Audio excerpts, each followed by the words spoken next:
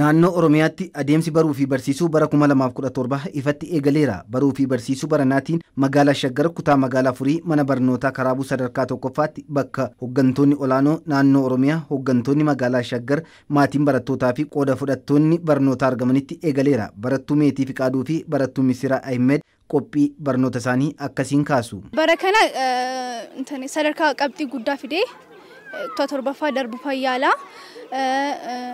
Sirriitti qo'adhee kutaa torbarratti sirriitti ciminaan hojjedhee bakka fedhe bakka barbaade gahuun barbaada waan ta'eef sirriitti qo'achuudhaafan karoorfadheen jira. Qulqullina barnootaa mirkaneessuuf ga'een maatii fi nama hundaa olaanaa ta'uu kan kaasan ammoo maatii barattootaa nu dubbifne obbo Qawweetti Amdinoodha. Barnoota irra kufaatii wanti fide maatii maaliif ijoollee fi galgala maal baratteerta maal si barsiisaniiran jedhanii gaafachuu qaban maal irratti xiyyeeffattee barnoonni kennama ka jedhu ibsuu qaban.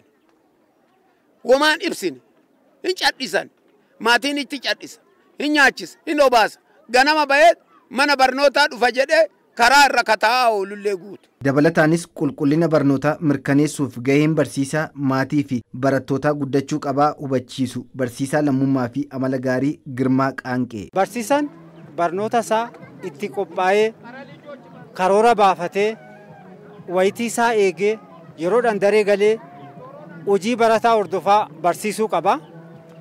Barataan immoo yeroo eegee mana barumsaa galee hojii manaa barsiisaan kennuuf waan hojjetamuu qabu hunda hojjetee gahee isarraa eegamu bahuu qaba. Maatiinis akkasumatti barataa isaatiif dhiyeessii barbaachisu kanneen akka dabtaraa, uffata seeraa barataa fi barataan sun rakkoon tokko irra akka hin geenye barataa san to'atee bakka barbaachisuun gahaati. Qaamonni kun sadan yoo walqixxee gahee irraa barbaachisu bahan qulqullinni barnootaa eegamuu danda'a jedhee namana. Itti gaafatamaan waajjira barnootaa magaalaa Shaggar obbo Firakiyyaa Kaasaahun barnoonni humna oomishtummaa kalaqaa fi nageenya ijaaruudha. Kanaaf rakkoo qulqullina barnootaa sirreessuuf gumii tiraansfoormeeshinii misooma barnootaa cimsuun murteessaa ta'uu waan beekamuuf dhiyeessii kitaabaa irratti hojjetamaa jiraachuu himu. Sadarkaa lammaffaa baay'ee fooyya'aadha. Bara darbe keessattuu seemistera lammaffaa irratti rakkicha hiikuudhaaf yaaliin godhameera. Kan sadarkaa tokkoffaa biiroo barnoota Oromiyaa wajjin qindaa'uudhaan rakkoon amma danda'amaa ta'e hiikachuuf yaalameera.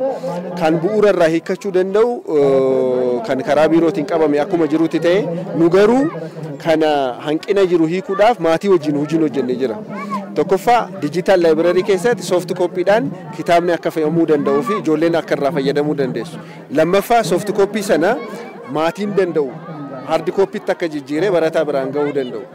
Sadaffaa immoo hard copy'dhaan baay'ifnee gareedhaan mana dubbisa kitaabaa keessatti ketteechifnee ijoolleen akka fayyadamuu danda'an akkaataan itti deemaa jirru jira. Ittaanaan hoogganaa biiroo barnoota Oromiyaa Dr. Bultoosaa Hirkoo hojiin barnootaa dhimma biyyaa fi sirna ijaaruu waan ta'eef mootummaan xiyyeeffannoon hojjechaa kan jiru ta'uu kaasuun galmaan gahinsa kanaaf gaheen barsiisaa barataa maatii barattootaa fi hawaasa bal'aa murteessaa ta'uu eeraniiru. Mana barumsaa keessatti ijoollee keenya yeroo galchinu boru warra biyya kana ijaaran, boru warra biyya kana gaggeessan, boru warra biyya kana ceesisuu danda'an, dinagdee warra baachuu danda'an, siyaasa warra hoogganuu danda'an qopheessuudha. Gama dhiyeessii kitaabaa walqabatee rakkoo jiru furuuf hojjetamaa jiraachuu dabalataan Dr. Bultoosaan ibsaniiru. Hamma ammaatti kan nuti maxxansinee raabsuu dandeenye miliyoona 26 qofa. Kanaaf mootummaan bajeta barbaachisu ramadeera garuu humna biyya keenyaa ta'eet dhimma sharafa biyya alaa wajjin walqabatu irraa kan ka'e kitaabilee waliin gahuu hin dandeenye garuu ammallee cimnee itti deemaadha jirra. Ganna kana qofa kitaaba miliyoona 3 sadarkaa tokkoffaa qofaaf maxxansinee raabsineerra sadarkaa lammaffaaf illee kitaaba baay'ee miliyoona gara 2.2 ta'u maxxansamee raabsamaadha kan jiru.